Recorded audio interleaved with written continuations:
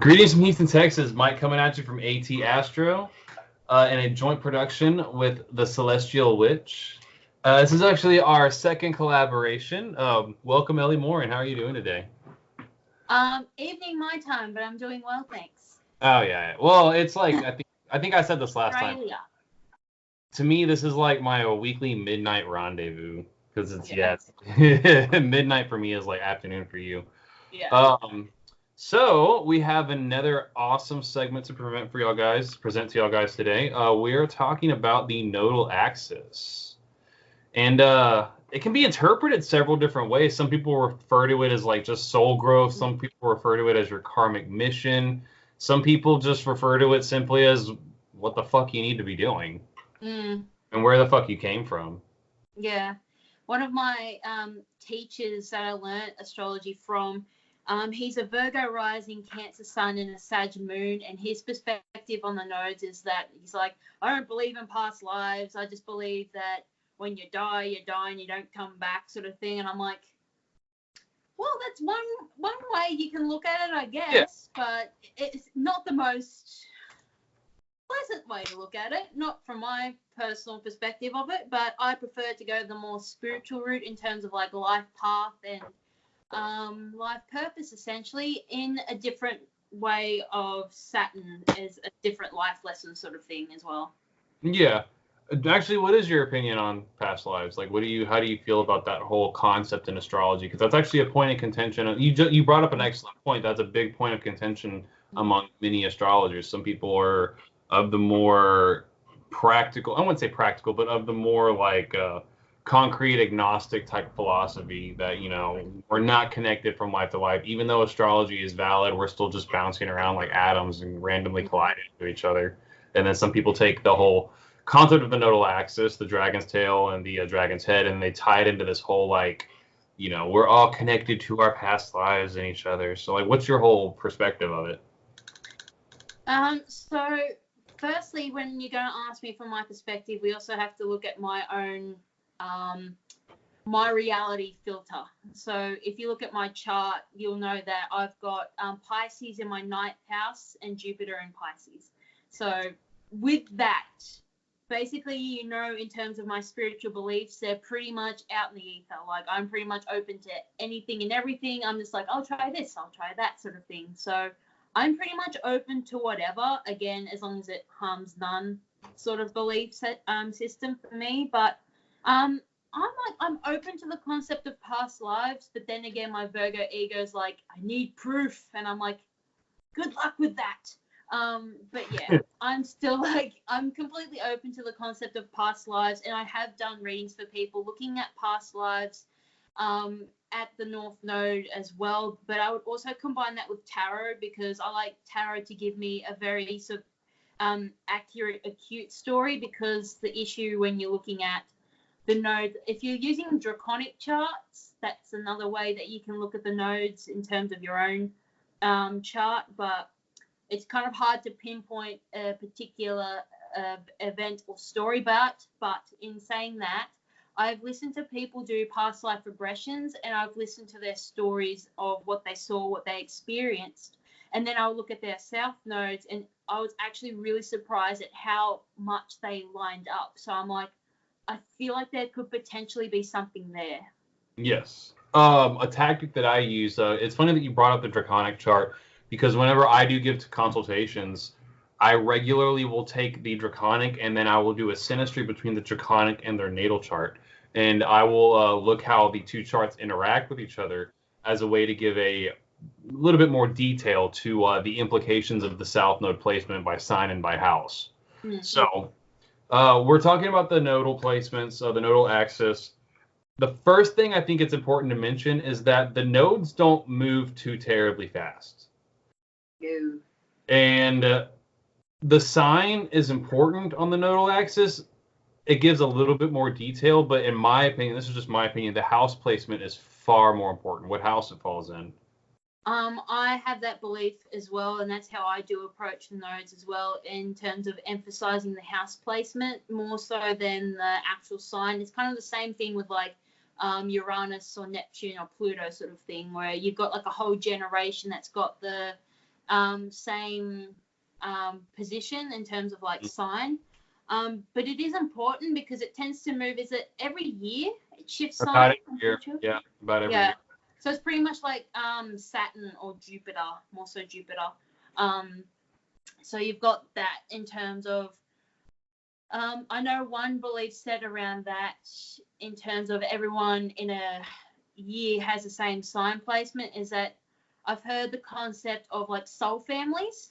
So basically like a wave of souls or whatever coming at the same time. You've got the same soul mission sort of thing. I've dived into that. I've dived into the more like personal experience, but I definitely prefer looking at the house placement for that. But again, I'm just throwing out different perspectives to get an overall like interpretation, because it's, again, astrology is not, there's nothing particularly fixed, and it's all about like your perspective in terms of how you approach it, sort of thing. You know, so, I think the concept of the soul family is actually really interesting. Like when you first started saying it, it kind of came off a little weird to me, but then I thought about it for like a half second, and I was like, well, if you think about it, most generations, you know, Generation Y, Generation Z, blah blah blah, they are in a way energetically connected, because the natal chart represents your perceptions of the world.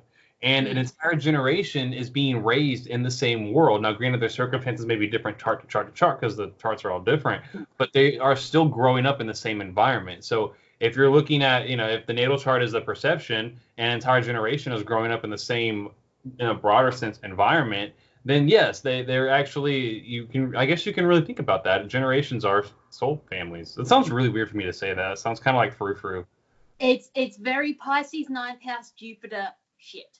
Pretty much, but it's like, but that's what I mean. Like, I'm open to all sort of interpretations of how you can approach different esoterical or spiritual beliefs or practices and things like that. Like, I don't want to shut myself down to something that could potentially have some kind of substance to it as well. But at the same time, like, there's that whole thing of like, I don't want to offend anyone sort of thing. But that's the Libra energy. I know. See, my moon is opposite that Jupiter. My 9th house is in, well, the cusp falls in Capricorn, but then my 9th house is in Aquarius, with Saturn, its own ruler, being deposited in it. And I'm very, very open-minded, but the only thing I'm absolutely concrete about is that I don't know. So, like, when it comes to, like, talking about past lives and stuff like that, many people who are into astrology, especially the ones that are using astrology to help navigate relationships, like we did actually discuss in our last podcast, you have to be careful. Is it like, do you really believe in past lives, or do you believe in the idea of like having a past life with somebody else? Oh, we were lovers in a past life. Oh my God, this makes so much sense. This is karmic. Is it just fitting a fantasy you have in your head between you and this individual that you're seeing at the time? Or you got to be really careful to be objective about why you believe what you believe. And like, I have done readings in the past for like the for past life type of stuff using the nodes, but I kind of want to stop doing them because because I'm a Virgo, I want to be of practical service sort of thing. So it's like, sure, I can tell you information about it, but I don't feel like it would be right to charge for a reading for that. For me personally, if you do that, that's absolutely fine. But for me personally, it's like, if I'm not helping you create some kind of shift in the now, if I'm not helping you navigate through something that you're dealing with in the moment that can help benefit you, as a Virgo, second house Virgo myself, if I'm not feeling that I'm creating really strong value, I don't want to do that sort of thing. Like, I'm happy to do past life readings, but I feel like for me personally, I wouldn't charge for that kind of stuff anymore. But if you do that, that's entirely up to you. I mean, I have done it. I don't do it a lot. I tend to not charge much, and I tend to prefer to just put it on with a regular full reading.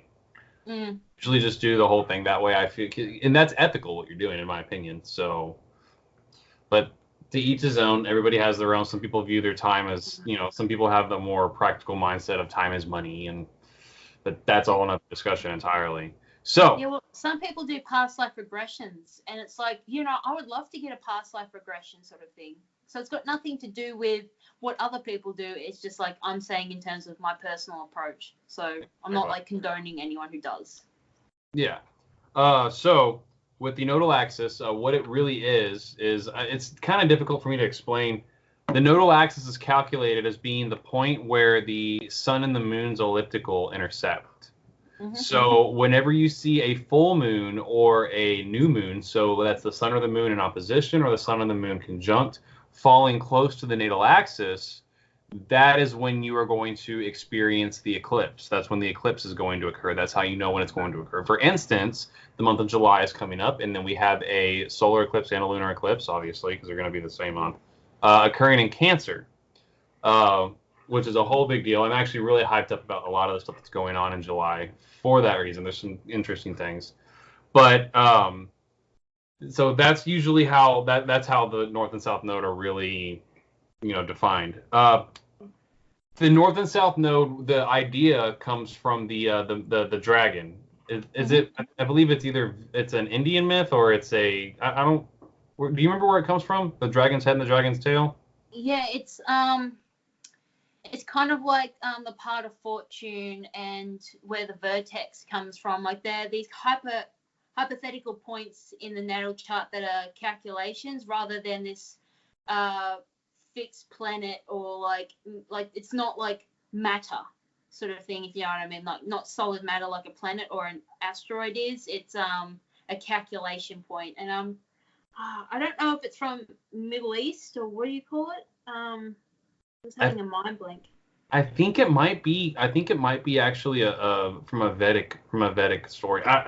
Yeah, I think it's that's really not all that relevant right now. We're actually more interested in the utilitarian use of the north and south node because it's incredibly important. So basically, the south node represents your karmic past. It represents where you're coming from, where you're comfortable, where you go to when you're threatened. And I want to talk more about that later because I've watched that in action. And the north node is the exact opposite. The north node is a very magnetic point.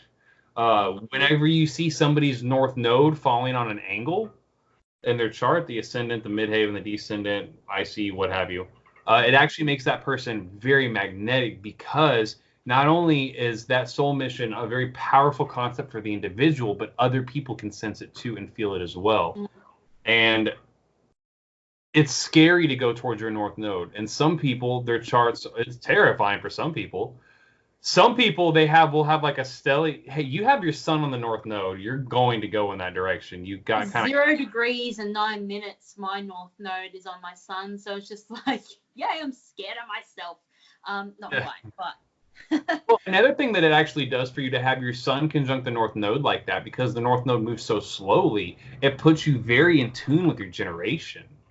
It's also it's pretty much what I know of my personality is that I'm incredibly purposeful in what I do. It's like I just have to do this thing. I don't know what it is, but I'm so like focused on creating this thing, and my north node is conjunct my sun in the second house. So for me, I'm very much like, I have to create something to be of service to people. I don't know what it is, but it has to be something.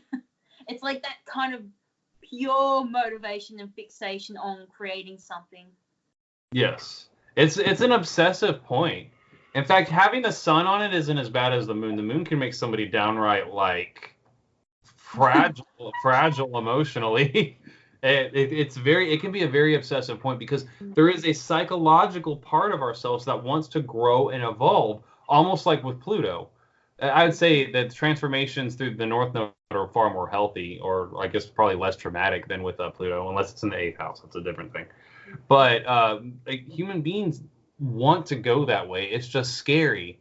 And whenever they feel threatened or they feel like they're not worthy of achieving that part of themselves, that direction they need to go to, they will go back to their south node. And I wouldn't say the south node is bad.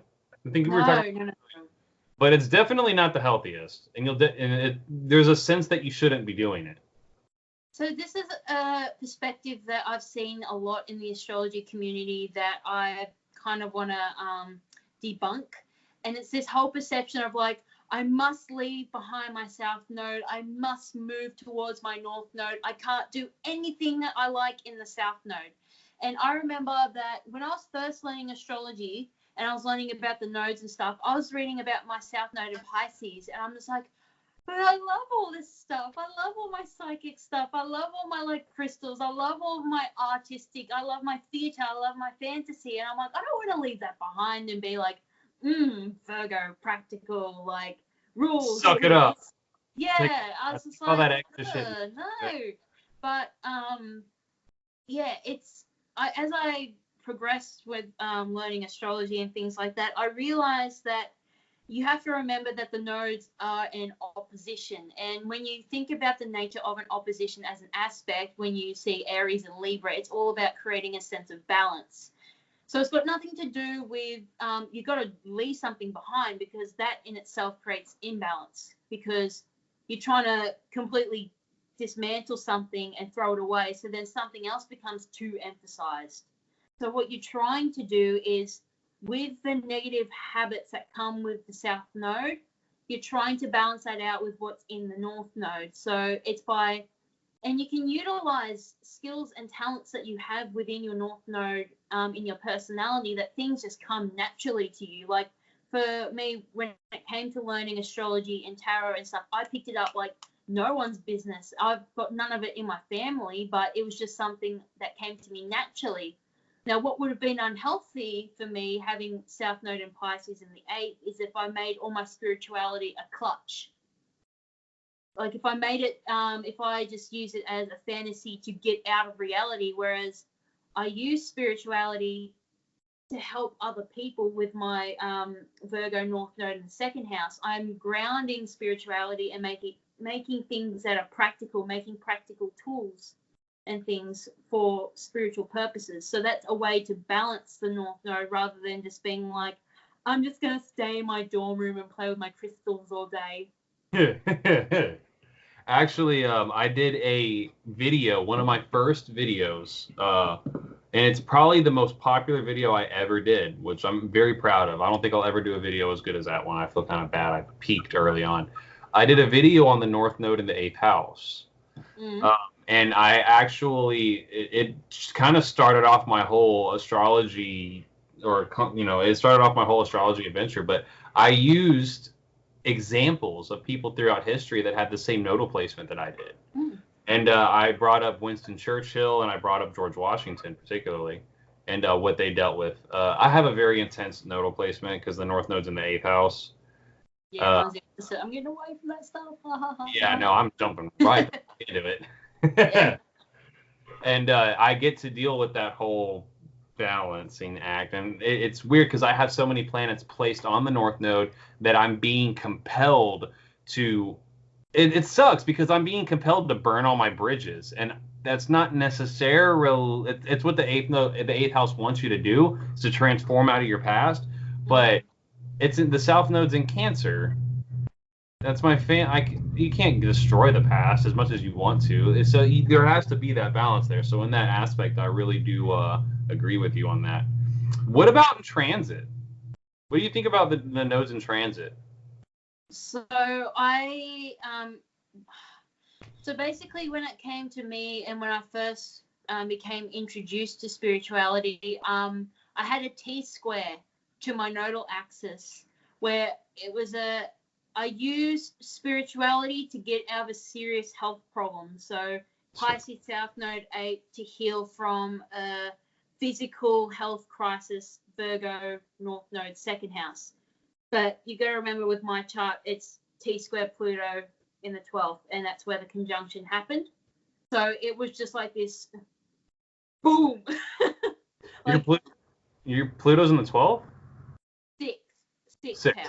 There we go. I was like, that doesn't sound, because I have your chart like kind of like in this little backup drive called my brain. I've already got a T-square to my nodes, and that's another perspective of the nodes, is that people see T-squares as like a skip step. Have you ever heard that concept? I've heard that concept. I wouldn't really say it's a skip step. I'd say it's like a circumstance or a issue within your personality that's preventing you from really accessing that. I feel like it's a big trigger point to like really kick your ass into the nodal gears. Yeah. Like what is like, a skip step? What do they mean when they say skip step? They say skip step, but they never explain it. That's what I've noticed. It's like again, it's like a super spiritual concept of like you didn't complete your mission in the last life, so now you come here and you have to learn it again, sort of thing. And I'm like, I don't think Source would basically chew you up, spit you out, and go like, no, you need to go back. You fucked up. You skipped a step. Go on, go back. Do it again. I don't go for that perspective personally. I definitely see it as more of a trigger point and challenge or additional opportunity to like progress into like the nodal axis sort of thing. Mm-hmm. No, I completely understand.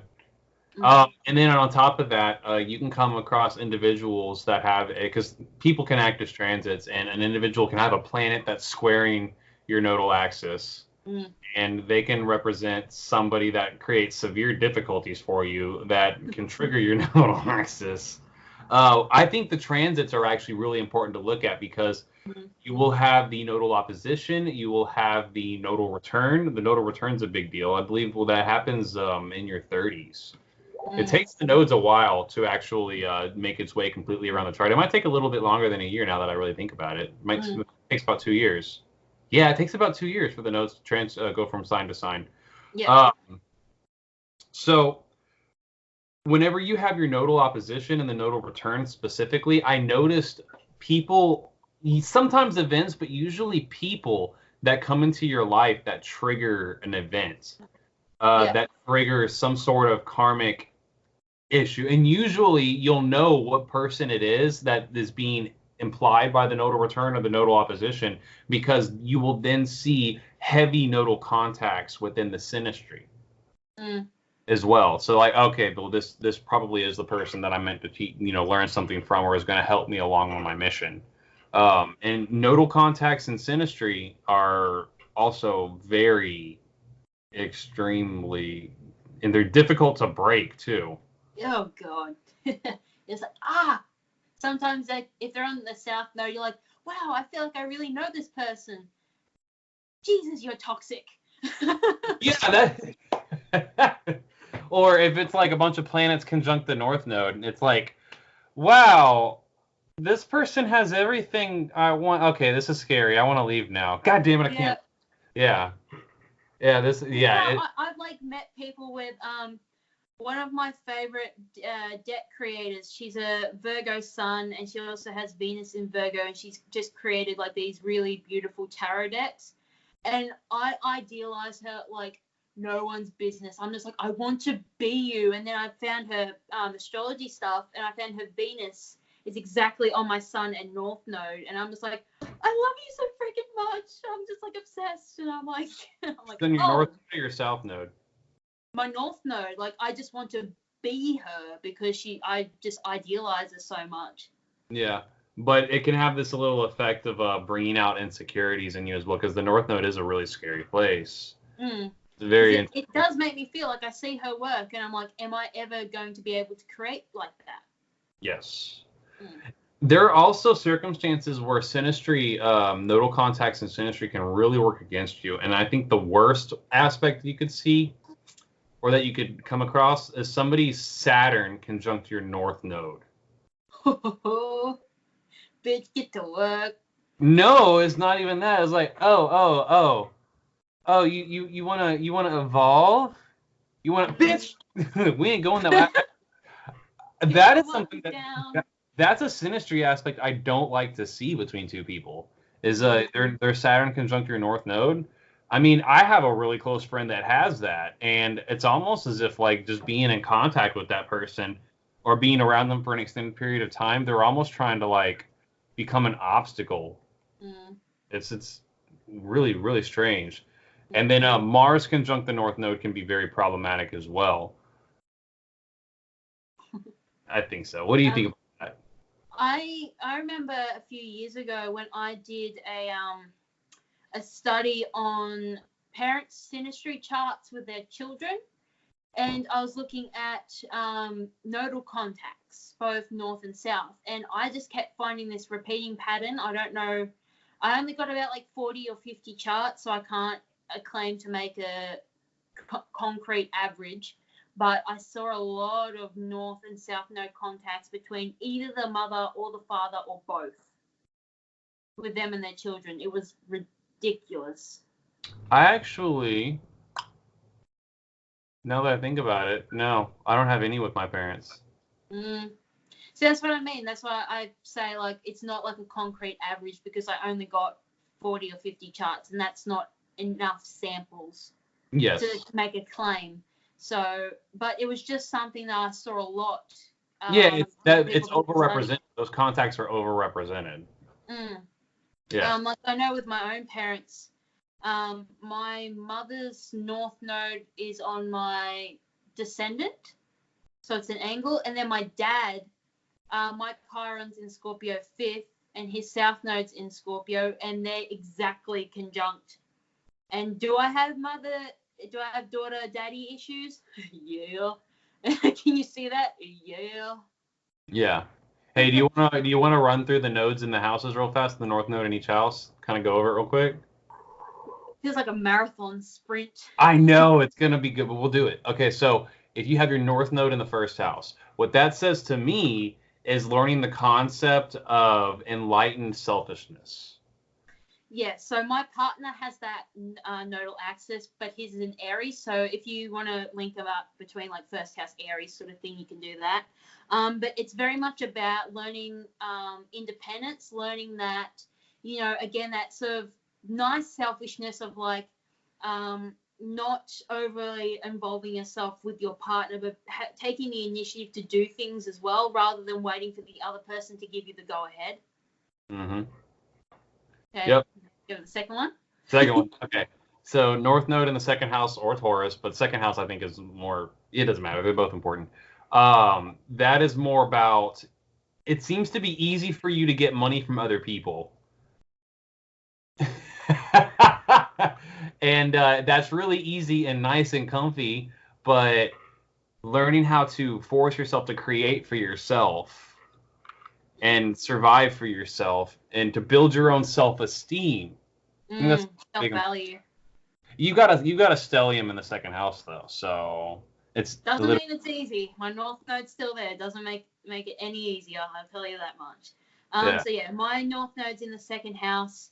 So the way I perceive this is letting go of the need to self-destruct your creations or anything that you've built up. If you're not seeing the results that you want, it's about staying with something, working with the materials and resources that you have, rather than feeling the need for more and more, or taking from other people to create your whatever you want to manifest. And what I do know for the second house north node is the ability to manifest things is ridiculous. So it's like if you put your mind to it, it's just like bang, like it will come if you really focus on putting.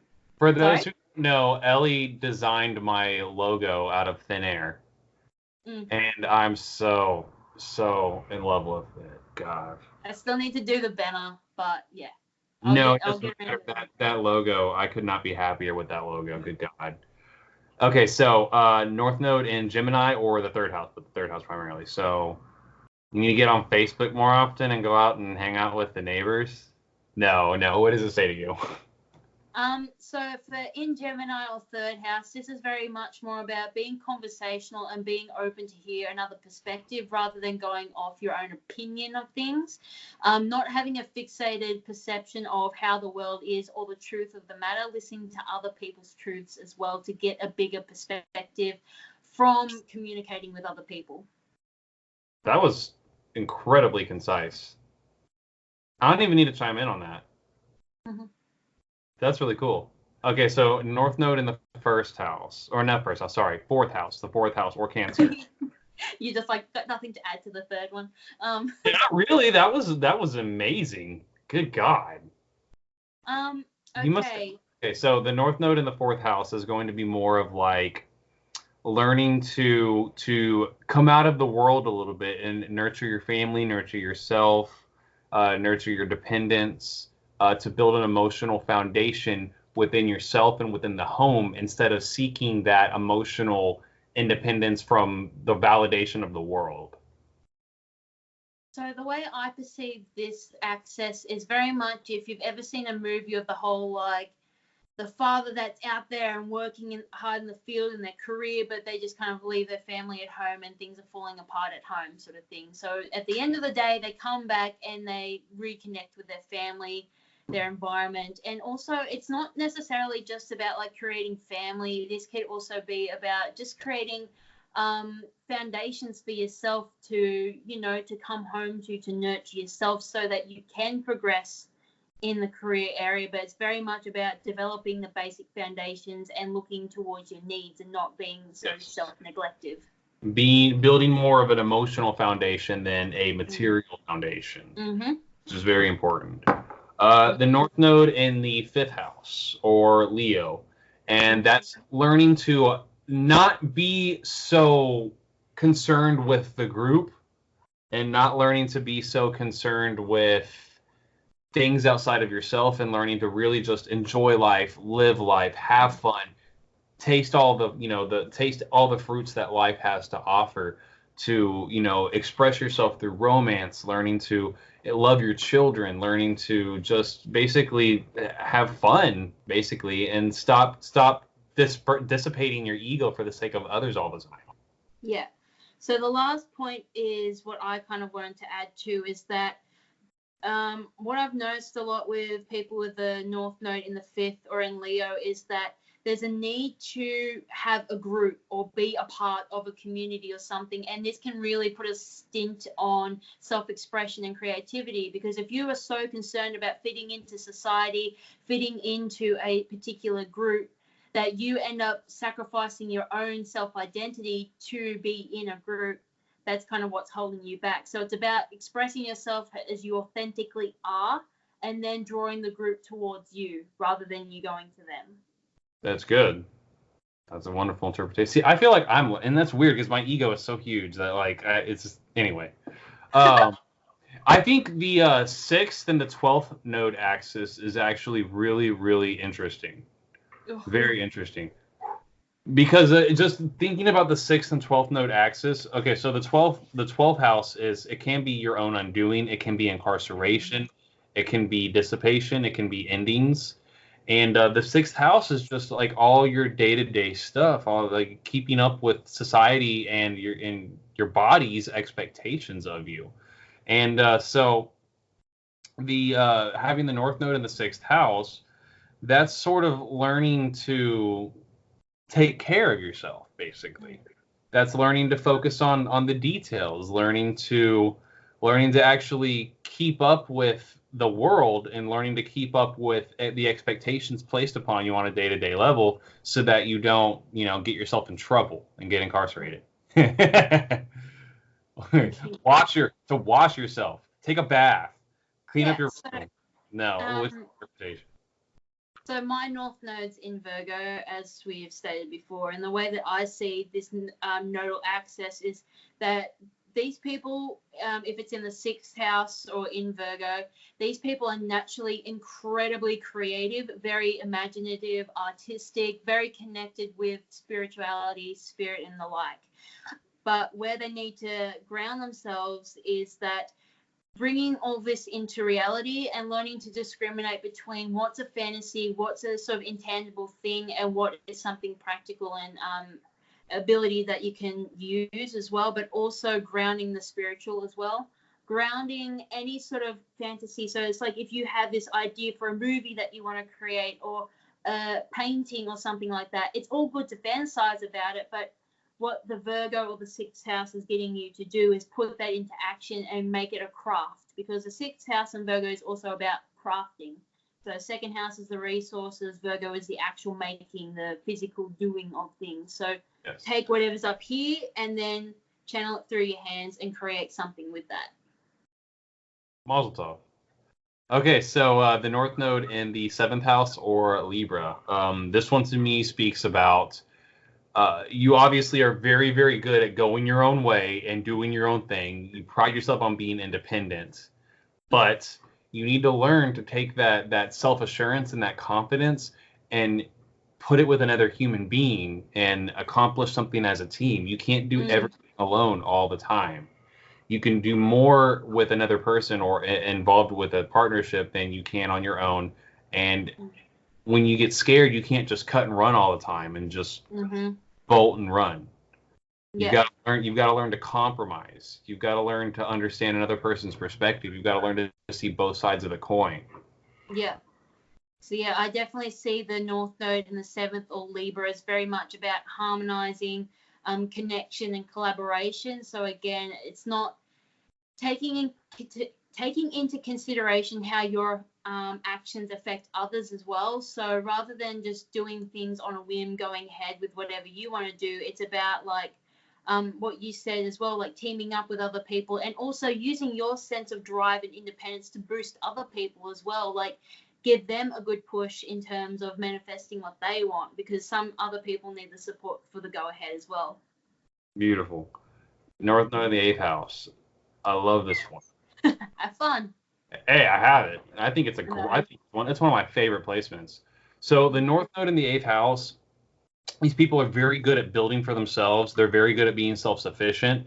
They're very good at fixating on their needs and making sure that they have what they need. But to go towards the 8th house, you have to learn to not be so, self-centered. You have to learn to cut away what's unnecessary and to not be so focused on what you have. You have to be more focused on what you can achieve, and that involves the dissolution of the ego and the ability to combine the resources of other people so that you can achieve more. You also have to be willing to burn your bridges. You have to be willing to undergo crisis and transformation. It's a very intense placement. A very, very intense placement. It's the ability it's learning to put everything on the line. That's another thing, to put your resources on the line so that you can do something better that benefits, other people as well. Because the 8th house is all about others' resources, and it's about bonding, it's about transformation, and it's just about it's basically about dealing with crisis and putting yourself in a situation to where you cannot go back. So that's my perception of it, and I've had to deal with that in my life a couple times. So if I was to add anything to it, it's probably just going to reaffirm what you just said. But again, it's having the ability to shed and let go of things that don't serve you anymore, whether that's a person, place, thing, possession, whatever. Learning to cleanse out, start afresh, start anew. Also, getting out of your comfort zone and pushing yourself to your absolute limits to get past your own boundaries and be pushed out of your comfort zone to like manifest something even bigger than what you had first, when you aren't if you're constantly in your comfort zone. Exactly. It's learning to make yourself uncomfortable. What about North Node in the 9th house, Sagittarius? Did you want to start with that, or should I? Sorry. Okay. So this would be very much about being a lot more open-minded in your perspective on things. So, yes, you may be great at having a conversation with other people, but the thing is, with the South Node in the 3rd house or Gemini, it's very much about the facts and all these minor details of information that essentially don't kind of add up. So moving towards the 9th house, it's okay, well, what's a bigger perspective on things? What more information can I get that converts from intelligence into wisdom? That's applied intelligence. I think from a more mundane perspective, and this sounds kind of dumbed down, but I think it's learning to not be so superficial and learning not to think so within the confines of your social group or your neighborhood, and to think out beyond that. Definitely. To bring in the big picture of what's going on into your life instead of just being focused on gossip and social media. Yes. Because just falling into just, dealing with your neighbors and dealing with your friends it's so easy for you and it's so comfortable to you, but there's so much more to life than that. Yes. Yeah, I really like that. Yeah. Okay, so the North Node in Capricorn or the 10th house. I have North Node in Capricorn too, so yeah. But learning to be the boss, learning to learn, and I think it's related to the eighth house because it's a lot about taking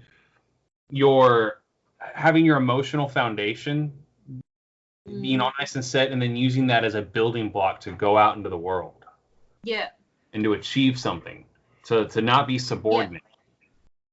So yeah, I definitely see it as not clinging to what makes you comfortable, not staying at home and wishing that you were out there, wishing that you could achieve this dream or whatever, but you're not actually taking the action required, not willing to put yourself on the line to do everything that you need to do in order to achieve what you want, because you're not going to achieve your goals sitting around at home and doing nothing. You have to go out there, you have to expose yourself and learn to put not so much an emotional shell, but kind of, for some people it's like learning to toughen up. Yeah, and I see it a lot. You'd be surprised for a lot of the consultations I'll do them for because just the demographic that tends to like astrology. There are a lot of mothers really enjoy esoteric subjects, so I see it a lot. I'll see, mothers that are stay-at-home moms that have children, and I'll see their North Node in the 10th house. And the first thing I'm like, look, being a mother is the greatest job in the world, but you need to understand that you are capable of being a mother and being way more than that. You're capable of projecting yourself out into the world in a way that is very, very powerful. And I know it's comfortable to just be the nurturer and the caretaker, but you've got so much more power behind you, and you need to actualize that. You need to go out in the world, and you need to get, a career or a job or something. It's not even just about career too, it's just about goals and ambitions. It's like, what do you want? What do you really want to achieve, sort of thing. Exactly. Now go out and get it. Get it, son. Get it. Yeah. Go ahead and get it. North Node in the 11th house. Detail.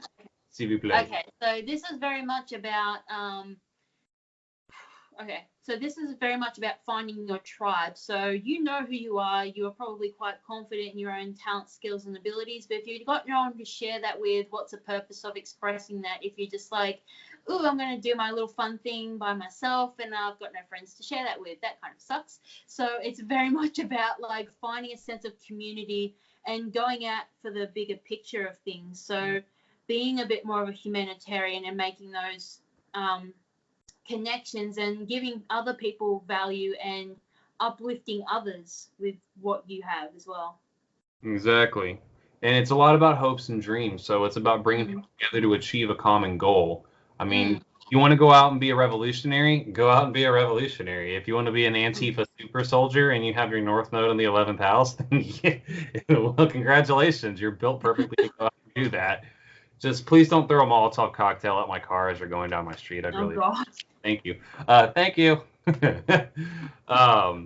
So the North Node in the 12th house. In my opinion, this is one of the more difficult North Nodes to realize. I feel like the 12th and 6th house are always going to be that hard one, because it's like you're dealing with spirituality and then reality, whatever that means. Yeah.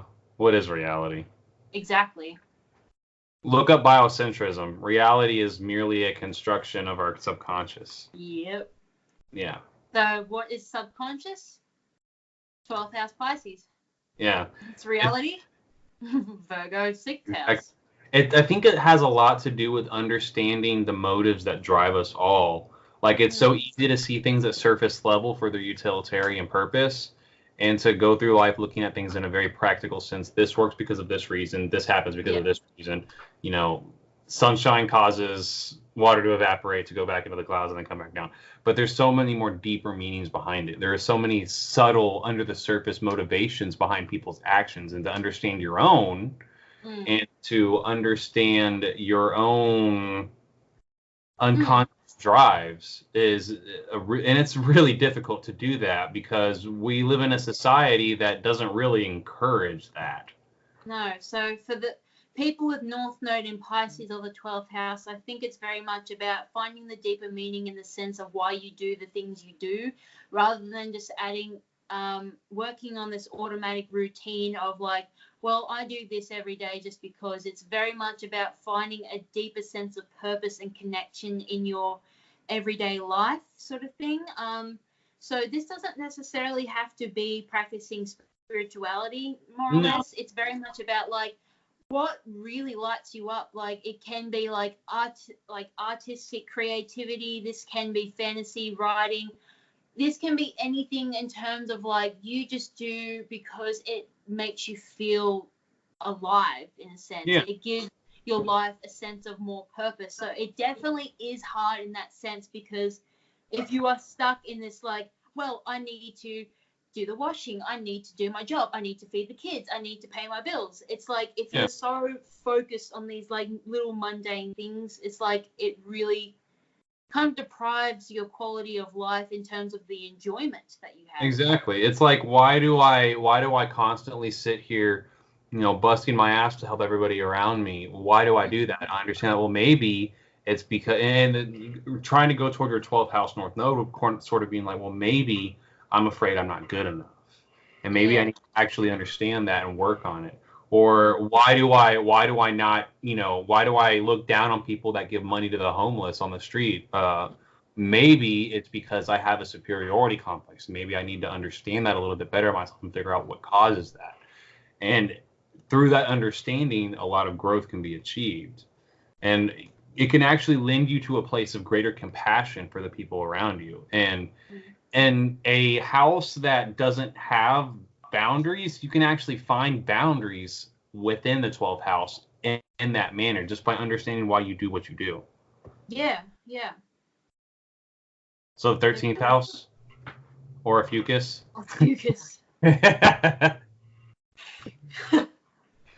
Okay, no. But yeah, we did it. So. Yeah, it was a marathon, but we took it in stride. Yeah. So what's next? Good question. I'm just about to look that up, because because I'm a Virgo, I make lists.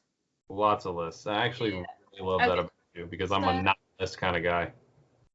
So a point that I wanted to bring up in this podcast was that, and that I spoke to you earlier about, was that I've read charts of people who are in their 70s as well, and what I've noticed is that they tend to learn the Saturnian lessons in life, but not always the nodes. And now I feel like that's because Saturn is all about progression and like the really sort of hard sort of life lessons of like, Well, Saturn, do the dirty work sort of thing. And Saturn, a lot of times it will hit you with external lessons, like you're faced with external circumstances that force you to pay attention to it now. Now are you going to leave your house? Now are you going to go to jail? Now are you going to this or that? Or you're going to starve? The North Node, you can survive in your South Node. Your quality of life is not going to be that great. And so the reason why I feel this is, and the reason why I bring up Saturn, is because a lot of people see the 10th house and Saturn as very much like life lessons, karma, and things like that. So people are like, well, if the South Node's got to do with karma, then why is Saturn also karma? And it's a different form of karma in the sense that, like, Saturn is very much the earthbound lessons to learn in terms of progression, whereas the nodal axis is very much, because it's about the ecliptic path between the sun and moon, which is conscious, subconscious. These are very kind of ephemeral themes. So they don't necessarily have to be an external manifestation. Like the one that I told you earlier about my T-square, Saturn was involved in that T-square. Therefore, it ended up becoming an external manifestation of that as a life lesson for me. Yeah. That's good. That's really good stuff. I think a lot of the lessons of the South Node it's kind of like, have you ever felt like there's just something missing? Like they're like a hole within your chest, or a hole within your consciousness. And it's almost as if like it's just always been there. And that's a lot of what the South Node is. Oh. I remember the very first time I was introduced to spirituality, and I picked up a book about chakras. And it just felt so natural to me. I'm just like, I know all this sort of stuff, blah, blah, blah. And then I get hit with reality at my school, and they're like, what the hell is this bullshit? Like, what's this crap? And I'm like, what do you mean it's crap? Chakras, duh. So that's where I kind of got like, I'm like, oh, this is metaphysics. I thought this was reality. You want to know where I was introduced to chakras and the idea of karmic debt and the karmic mission, believe it or not? Prison. There's a book, and it circulates throughout the United States prison system, and it's really famous. It's called We're All Doing Time. And it's about understanding, it's about using, well, chakras as well as like Buddhist principles and understanding the interconnectivity of everything and how just because you find yourself in a horrible situation, that there's always something positive to be gained and there's always something positive to be learned. And they don't bring up the nodal axis. They do use a couple of Vedic concepts, which I found really interesting. This book, I read it in like a day. I was just like, oh my God. Like I didn't do anything that entire day. I was so obsessed. But it's really, really an eye-opener because it's talking about people who literally their entire lives are going to be spent incarcerated, and they know that. They're not going anywhere. And it's understanding that there's still, no matter what circumstances are going on in your life, there's still a deeper meaning to everything. And that you can still find happiness and fulfillment. Huh? Sorry, I kind of interrupted then. By all means. I find it interesting that like the 12th house is all about like, imprisonment, confinement, but also spirituality. So I'm just like, quite interesting that was a theme of the time as well. Like I don't know what your transits were at the time, but I just find that interesting that those things are interlinked in astrology. At the time, I had Saturn conjunct my North Node, for one. And I had Uranus had just transited into my 12th house, and Jupiter was running through my 6th house. And my transits weren't that crazy. I was, however, having the North Node in transit conjunct my Moon. Yeah. Which was very enlightening. I was about to bring up another thing about nodal axis, nodal transits as well. One that I thought of bringing up that I've gone through and looked at my own charts is because my South Node's in Pisces in the 8th house, the 8th house does rule death. So I was introduced to death very early on in life, and from the age of 4, and then up until the age of 9. And what happens at the age of 9, this is where the first age of the North Node in transit conjuncts the South Node and vice versa. That's the very first time that you have the, I don't know what the technical name of it is. What do you call it? You're talking about what? When the North Node in transit conjuncts your South Node, and then the South Node in transit conjuncts your North Node. It's called the nodal opposition. Yeah. So the first time I went through my nodal opposition, which happens at the age of 9, and then it comes full circle when you're 18. When I was 9 years old, one of my pops died, well, my only pop, because my first one, he passed away before I was born.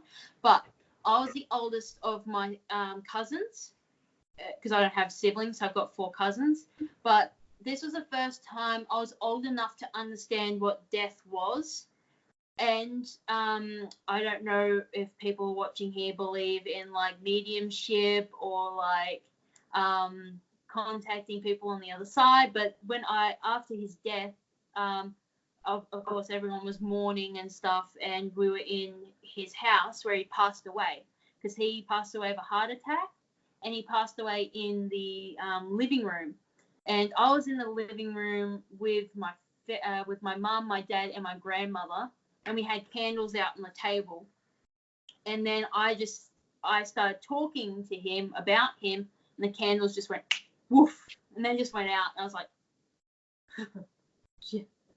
But it was very much that I started very much having these sort of paranormal experiences, and I feel like that was very Pisces 8 South Node stuff. But it was very much being triggered by that the North Node. You know what's funny is I've got See, our nodal axis is opposite by house. Yeah. And, I experienced almost no death. I've experienced I've thought about this before many times because I'm gonna end up going in that direction anyway, and it's gonna kind of come in lumps, I guarantee you. But I've never had anybody too terribly close to me pass away. Nobody that I've known to. I had a grandmother that I met one time pass away when I was a kid, and I had a cousin pass away, but we weren't too terribly close. I knew him though. I was affected by it, but it wasn't something that was a big deal. So death is actually very foreign to me. And it's something that's very close to me because I've actually witnessed one of my relatives after they passed away from lung cancer. So I was 15 at the time. So this is another interesting thing about the South Node is that you are very familiar with South Node themes to the point where it's like, again, this is where like not only like talents and skills come from, but it's these themes that are very predominant in the earlier years of your life, especially before the full karmic nodes do their full travel and they come back around and you have North Node on North Node at the age of 18. So yes. For the first 18 years of your life, you are predominantly operating in the South Node themes, and those are the things that tend to come up a lot and you become very experienced in that area. Yeah, my South Node's in the second house. Whenever I was a child, my family had a lot of money. I wouldn't necessarily say I was a rich kid, but I got whatever the hell I wanted.